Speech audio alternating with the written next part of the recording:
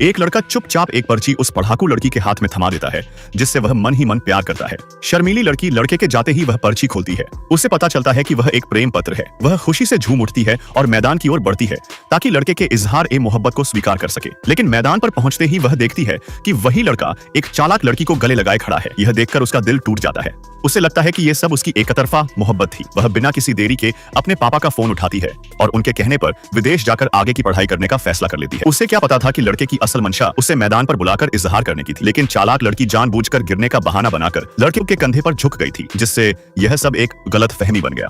उस लड़की के चले जाने के बाद भी लड़का तेज बारिश में उसका इंतजार करता रहा, लेकिन वह नहीं आई। अब उसे भी यही लगने लगा कि उसकी मोहब्बत एक तरफा थी। उसने भी उम्मीद छोड़ दी। समय बीतता है, 8 साल गुजर जाते हैं। लड़की ने विदेश में मेहनत से अपनी खुद की कंपनी खड़ी कर ली है। एक दिन अचानक उसकी माँ का फोन आता है। वह बताती है कि उसके पापा की कंपनी की फंडिंग रुक गई है और वे अस्पताल में भर्ती हैं। लड़की यह सुनकर तुरंत भारत लौट आती है, लेकिन अब सामने वाले की एक शर्त है। लड़की को उनके बेटे से शादी करनी होगी और वह बेटा कोई और नहीं बल्कि वही लड़का है। लड़की जब उससे मिलने जाती है तो गलती से उसकी और उसके दोस्त की बातचीत सुन लेती है। हाँ, मान लिया, पर तू तो पहले बीवी को पसंद करता था ना, मुझे क्या?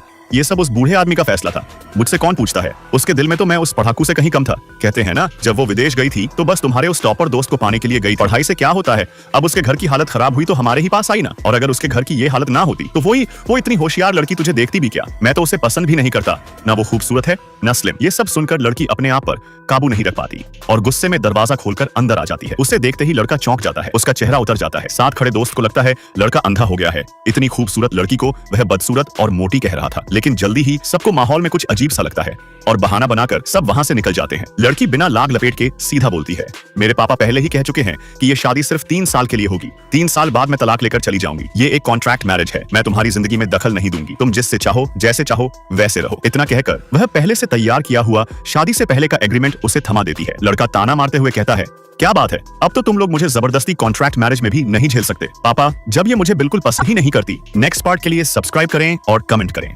पार्ट 2।